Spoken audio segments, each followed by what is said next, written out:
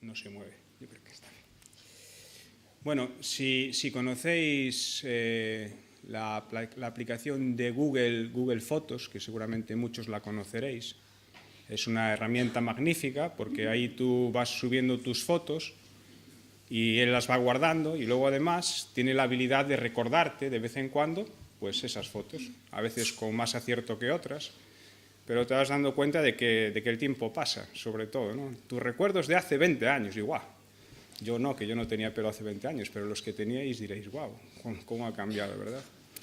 Pues en esos recuerdos, el Google Fotos que tenemos en casa, en la familia, a veces nos enseña un vídeo de nuestra hija pequeña, aprovecho que no está aquí, puedo hablar de ella, de Eli, y ella está hablando por teléfono, al otro lado no hay nadie, pero habla como si lo hubiese, es muy pequeña, apenas tiene palabras en su vocabulario, muy pocas palabras, el resto son ininteligibles, pero mantiene una conversación de al menos 3 minutos seguramente, en donde habla y habla, y además habla de una forma imitando perfectamente a un adulto, incluso a veces hace una pausa y dice, shh, como, oye, cállate que estoy escuchando, y al final está imitando perfectamente pues alguna conversación que habrá observado en nosotros, en sus padres.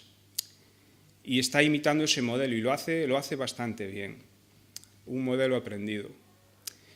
Y esto me llevó a pensar en que uno de los desafíos que tenemos como creyentes, o yo al menos así lo siento, es el de parecernos al Señor Jesús. Creo que estáis de acuerdo con esto, ¿verdad? Ese es uno de los desafíos que tenemos como creyentes, parecernos a Él en nuestra manera de vivir y parecernos a Él en nuestra relación, en cómo Él se relaciona con su Padre, en cómo nosotros también nos relacionamos con nosotros mismos, cómo nos relacionamos con los demás, parecernos al Señor Jesús en esa forma de vivir y ver también, parecernos también en cómo esa forma de vivir marcaba el carácter del Señor Jesús y cómo marca también nuestro carácter, cómo se manifiesta nuestro carácter en esas relaciones que mantenemos con el Señor, con nuestro Padre Celestial, con nosotros mismos y también las que mantenemos con las personas que están a nuestro lado.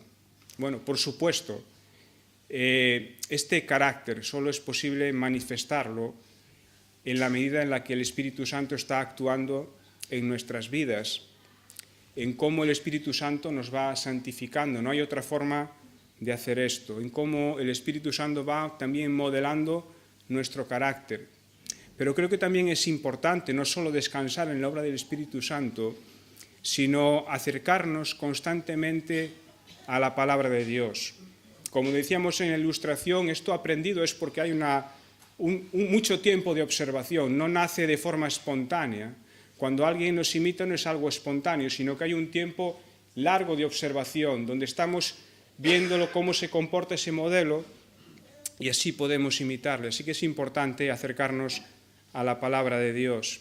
Es importante que miremos en la palabra de Dios cómo se nos revela que era el carácter del Señor Jesús. Y siendo así, pues he sentido la necesidad de redescubrir en la Escritura cómo fue la vida del Señor Jesús, cómo era su carácter durante su ministerio, cómo lo describen las Escrituras. Y esta inquietud pues me ha llevado a pensar en compartir también esto con vosotros, a acercarnos al carácter perfecto del Señor Jesús, cómo lo podemos ver en la Escritura y cómo pues, el Espíritu Santo también nos ilumina para entender cómo Él era y así poder imitarle. Y sentía que no podía acercarme a estudiar el carácter del Señor Jesús sin antes pensar en algo importantísimo que tiene que ver con su deidad. No podemos entender, no podemos acercarnos a estudiar el carácter del Señor Jesús sin antes pararnos a meditar en su deidad, porque es precisamente su deidad la que determina el carácter del Señor Jesús. Es esa naturaleza humana y naturaleza divina que coexisten perfectamente sin que lo podamos entender es Jesucristo Dios, Jesucristo hombre, que se unen, y el resultado de esa unión, de esa existencia conjunta, es la que determina ese carácter perfecto del Señor Jesús que yo os invito a que podemos estudiar. Y para, en primer lugar, acercarnos por un momento a ese aspecto de la divinidad del Señor Jesús, de su deidad, os propongo que leamos un texto que se encuentra en Colosenses, que estaremos viendo en esta mañana. No lo veremos entero, lo voy a leer todo, ya lo ha leído Nice antes, no sé si me ha copiado alguna nota allí por el escritorio. Lo vamos a volver a leer en la versión de la Biblia de las Américas, es el texto que se encuentra en Colosenses capítulo 1, versículos del 15 al 22, aunque luego estaremos estudiando solo hasta el versículo 18. Si queréis acompañarme, no sé si están las pantallas también. Colosenses capítulo 1, versículo 15. Él es la imagen del Dios invisible, el primogénito de toda creación, porque en Él fueron creadas todas las cosas, tanto en los cielos como en la tierra, visibles e invisibles, ya sean tronos o dominios o poderes o autoridades, todo ha sido creado por medio de Él y para Él. Y Él es antes de todas las cosas, y en Él todas las cosas permanecen. Él es también la cabeza del cuerpo, que es la Iglesia, y Él es el principio, el primogénito de entre los muertos, a fin de que Él tenga en todo la primacía. Porque agradó al Padre que en Él habitase toda la plenitud, y por medio de Él reconciliar todas las cosas consigo, habiendo hecho la paz por medio de la sangre de su cruz. Por medio de Él, repito, ya sean las que están en la tierra o las que están en los cielos. Y aunque vosotros antes estabais alejados y erais de ánimo hostil, ocupados en malas obras, sin embargo ahora Él os ha reconciliado en su cuerpo de carne mediante su muerte, a fin de presentaros santos, sin mancha e irreprensibles delante de Él. Hasta aquí la lectura en esta mañana. El apóstol Pablo, en este texto de Colosenses, justo antes, está orando por aquella iglesia allí en Colosas, de la que recibe buenas noticias, pero también había algunas preocupaciones. Y está dando gracias a Dios por la fe de los creyentes allí y está pidiendo pues, que el Señor siga trabajando en esa madurez, en ese crecimiento espiritual, y termina mencionando cuál es la base de todo esto, cuál es la base de vuestra fe, cuál es la base de vuestra vida en Cristo. Bueno, no es otra que el sacrificio del Señor Jesús por medio, dice Pablo, de su Hijo, el sacrificio del Señor Jesús, su Hijo amado, a quien Dios ha enviado. Y entonces comienza a recordarles quién es ese Hijo amado, quién es Cristo. Y lo va a hacer usando pues unas expresiones muy sencillas que están a lo largo de todo el texto que hemos leído y que van definiendo cómo es Jesucristo, cómo es el Hijo de Dios. Y Pablo dice Él es, en algunas ocasiones, luego dice en Él, dice para Él, por medio de Él, y va construyendo esa definición que es una de las creo que más impactantes y precisas del carácter, de la identidad del Señor Jesús como Hijo de Dios y de su ministerio en la tierra. Así que comienza diciendo la imagen del Dios invisible. Jesús, el Hijo de Dios, es la imagen del Dios invisible. Claro, si leemos este texto así directamente, rápidamente, vamos a encontrarnos con una similitud, con una expresión que aparece en Génesis, donde nos dice que Dios hizo al hombre a su imagen y semejanza. Y efectivamente hay una similitud entre estos textos. Sin embargo, aquí Pablo está haciendo alusión a una imagen que va mucho más allá de la imagen puesta por Dios en el hombre. Está hablando de una imagen que, como nos dice también el texto en Hebreos, es la misma sustancia de Dios. Es una imagen que es la imagen de Dios mismo, de toda su sustancia, de todo su ser, de toda su esencia. ¿Recordáis el Señor Jesús cuando está allí con los discípulos y está hablando con Felipe? Le dice: quien me ha visto a mí, ha visto al Padre. Ahí tenemos la imagen perfecta del Padre en el Hijo. Solo podemos conocer a Dios conociendo al Hijo. Esa es la forma en la que podemos conocer a Dios, porque es el Hijo, el único que es imagen plena del Padre, imagen del Dios invisible. Si volvemos a la cita que os mencionaba de Hebreos, allí en el capítulo 1, el versículo 3 habla también y nos dice que Jesús, que el Hijo de Dios, es el resplandor de la gloria de Dios. Dice, es el resplandor de la gloria de Dios. Y esta figura nos está hablando, nos expresa que el Hijo de Dios está como irradiando la gloria de Dios. Está dando a ver, dando a conocer la gloria de Dios. Está mostrando de una forma completa cómo es esa gloria de Dios. Y si la gloria de Dios, sabéis, es la manifestación de sus perfecciones, la gloria de Dios es la manifestación de su amor, de su poder, de su eternidad, de su santidad, de su justicia. Esto es lo que podemos ver de una forma plena en el Hijo de Dios, porque es también Dios mismo. Bueno, volveremos a esa idea cuando hablemos del carácter del Señor Jesús, porque está muy conectada. Él es la imagen de Dios. Lo segundo que dice el apóstol Pablo es que Él es el primogénito de toda la creación. Él es antes de todas las cosas, el primogénito de la creación. Este texto ha sido usado en algunas ocasiones para sugerir que el Señor Jesús es también un ser creado. Pero la Biblia afirma claramente y de una forma rotunda que no es así. Quizás el texto más conocido que afirma esto se encuentra en el Evangelio de Juan, que conocéis bien, y que describe al Señor Jesucristo y dice, Él en el principio era el Verbo, y el Verbo era con Dios, y el Verbo era Dios.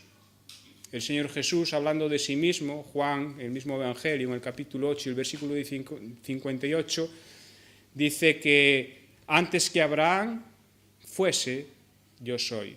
Ahí está hablando de su preexistencia. Y el mismo Pablo en este texto se encarga luego de aclarar que cuando habla de primogénito no está hablando en ningún caso de algo creado, y en los versículos 16 y 17 va a decir que, bueno, que Él estaba antes de todas las cosas. Jesús ya existía antes de que las cosas existiesen. Pero Pablo elige esta palabra primogénito por algún motivo más. Hay algo más que Pablo quiere expresar a través de esta idea del primogénito.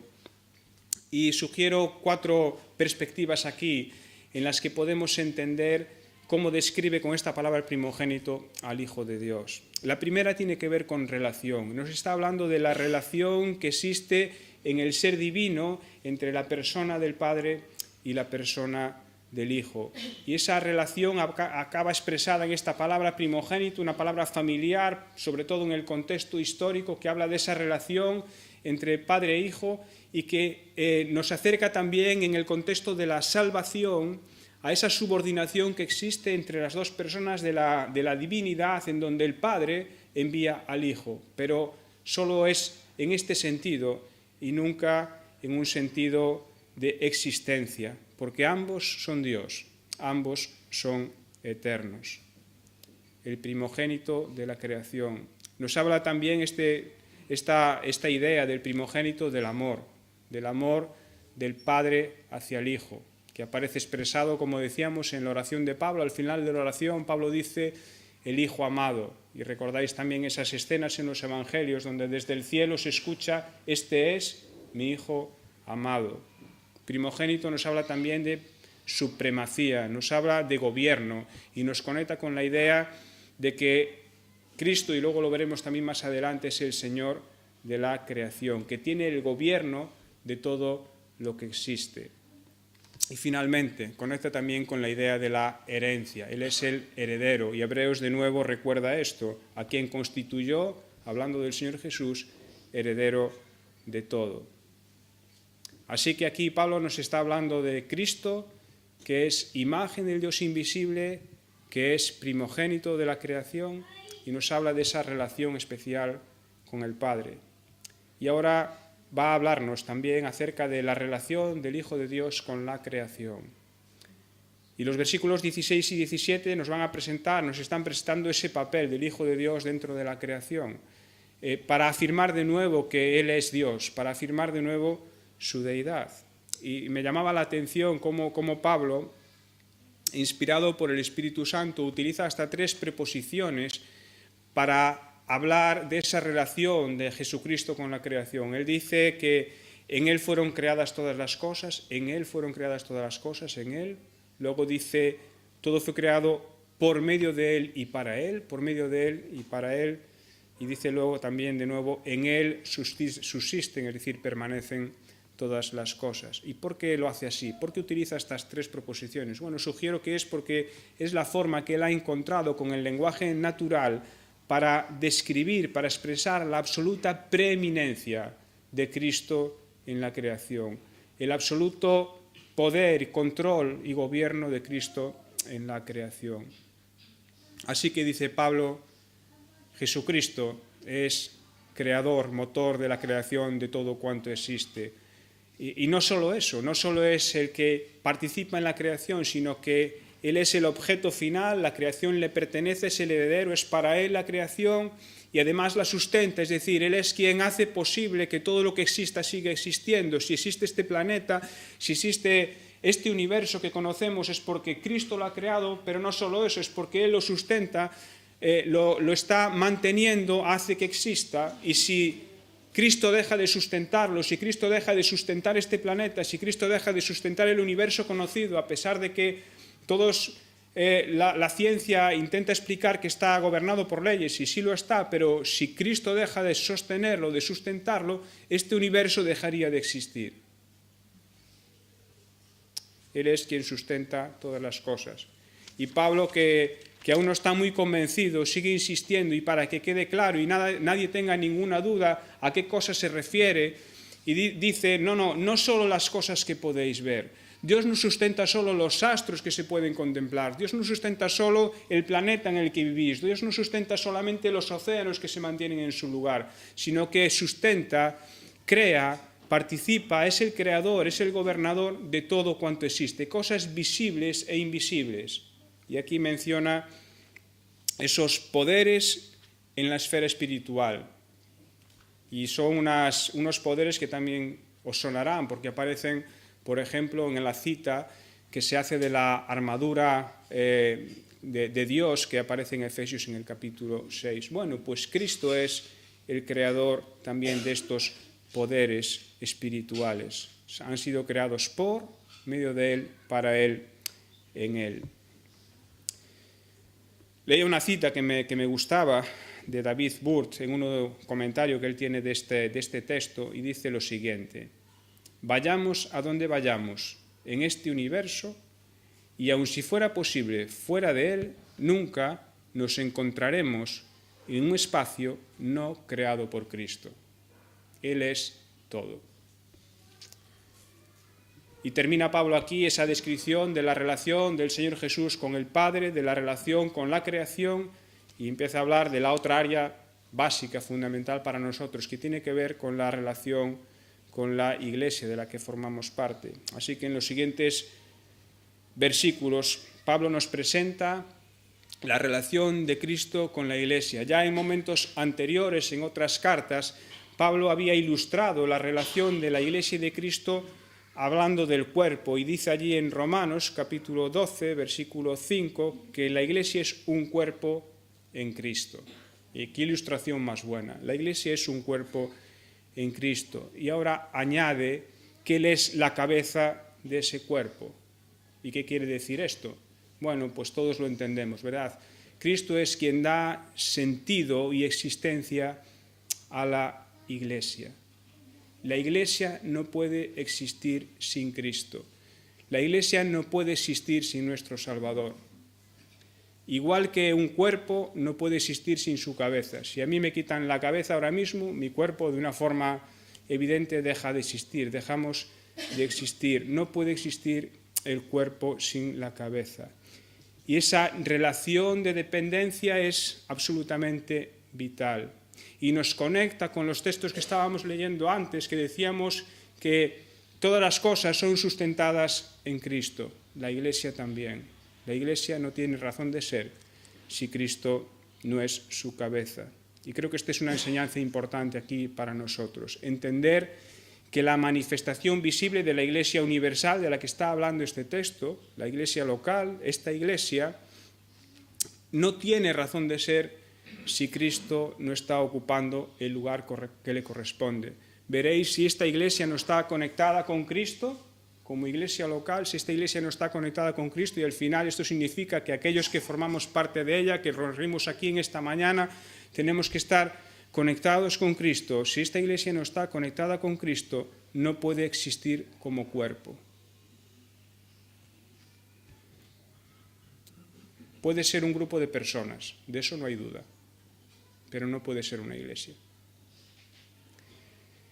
La segunda cosa que nos enseña aquí acerca de la primacía de Cristo en su Iglesia tiene que ver con autoridad y dependencia.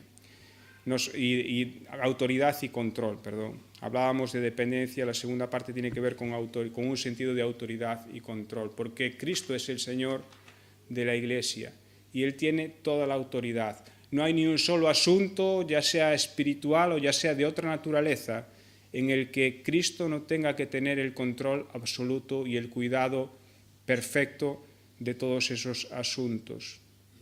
Y de ese modo es que el Señor elige las personas que han de gobernar la Iglesia. Las ha elegido en el pasado, en el presente y las elegirá en el futuro.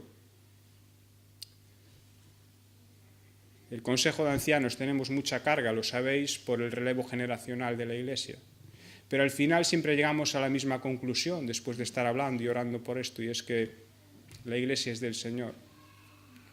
Y aquellos que el Señor elige para llevarla, para dirigirla, para sobreverla, pues están actuando bajo autoridad y tienen ahí una gran responsabilidad, bajo autoridad del único Señor de la Iglesia, nuestro Salvador.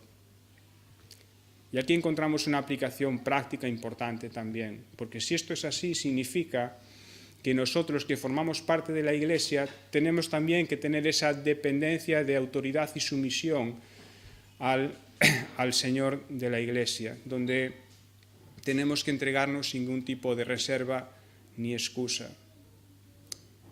Y es cierto que esto es algo que podemos entender desde el punto de vista intelectual, ¿sabes? Yo sé perfectamente, intelectualmente, porque lo he aprendido, lo he leído en la Biblia, sé que Cristo es el Señor de la Iglesia, ¿no? Todos lo conocemos, yo creo que nadie tiene duda aquí de esto.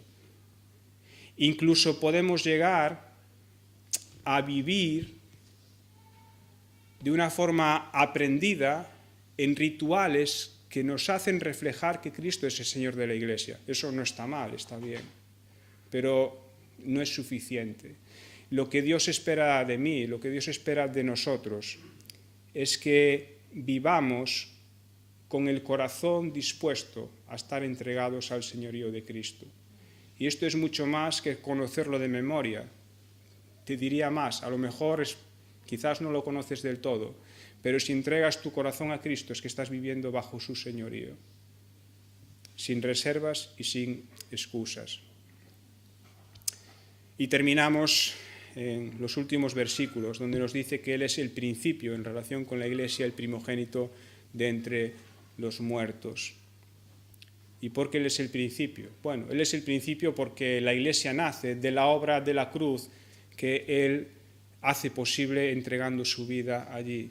Él va a la cruz, muere en la cruz en nuestro lugar y hace el punto de partida de la Iglesia de la que formamos parte. La Iglesia forma parte de ese plan de salvación en el que Jesús ya estaba, el Señor Jesús ya estaba en la eternidad, participando en ese plan de salvación y diciendo, yo quiero ir a ocupar su lugar, yo soy el voluntario para ir a la cruz y morir. Es el principio porque es la fuente de la que emana la vida espiritual de la Iglesia. Decíamos antes, es la cabeza, pero también es el principio en el sentido de fuente de vida. Sin Cristo la Iglesia no tiene vida, sería una Iglesia muerta.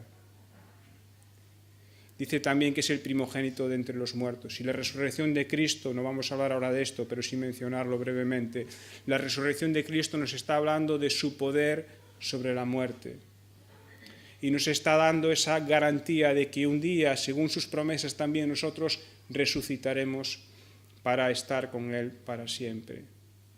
La resurrección de Cristo abre el camino para la victoria sobre la muerte que Él ha ganado en la cruz. Y en un sentido, el Señor Jesús, en este sentido de resurrección, digamos que es el primer miembro de la Iglesia. Esa Iglesia que formamos todos aquellos que hemos resucitado con Cristo, como nos recuerda Colosenses también. Si habéis, pues, resucitado con Cristo, esa resurrección espiritual que luego tendrá también una resurrección completa cuando se cumpla el tiempo en el futuro. Si habéis resucitado con Cristo, dice Colosenses, buscad las cosas de arriba, donde está Cristo sentado a la diestra de Dios. Bueno, espero que estos textos nos hayan podido ayudar a contemplar al Señor, a mirar a ese modelo del que luego seguiremos hablando más adelante, en próximas semanas, si el Señor lo permite. Contemplar ese modelo, como decíamos al principio, pasar tiempo observando al Señor para poder imitarle. Pensaba cuando terminaba este estudio, ¿no nos asombra que el Señor Jesús, siendo quien es, según lo que dice aquí el texto, no nos asombra que haya querido venir a buscarnos? Que haya estado dispuesto a cargar con nuestro pecado, que haya estado dispuesto a morir en la cruz en nuestro lugar, que haya estado dispuesto a soportar lo que soportó allí. Hace poco escuchaba el relato de la cruz leído, además dramatizado, y bueno, pues sentía esa increíble admiración de cómo el Señor Jesús allí en aquellos momentos en la cruz y antes fue maltratado soportándolo todo y guardando silencio. ¿No os asombra esto? Que el Creador del universo, el que sostiene el universo, que sin Él no existiría, estaba allí callado, escuchando las acusaciones, los insultos, solo por amor a cada uno de nosotros. Ahora tenemos la oportunidad de exaltar su nombre. Pensando en esto, ahora podemos reconocer lo que Él es, basándonos en esto que hemos estado leyendo, si queréis, o en lo que el Señor ponga en vuestro corazón, lo que Él ha hecho, lo que Él está haciendo en tu vida. ¿Está Cristo actuando en tu vida? Yo no tengo duda de que sí. Y lo que hará aún por cada uno de nosotros y por ti también. Voy a pedir al grupo de músicos que pasa aquí delante y os invito que podemos cantar esta canción que dice, no tengo el número, lo siento por la cabina, Cristo, nombre glorioso, precioso Salvador.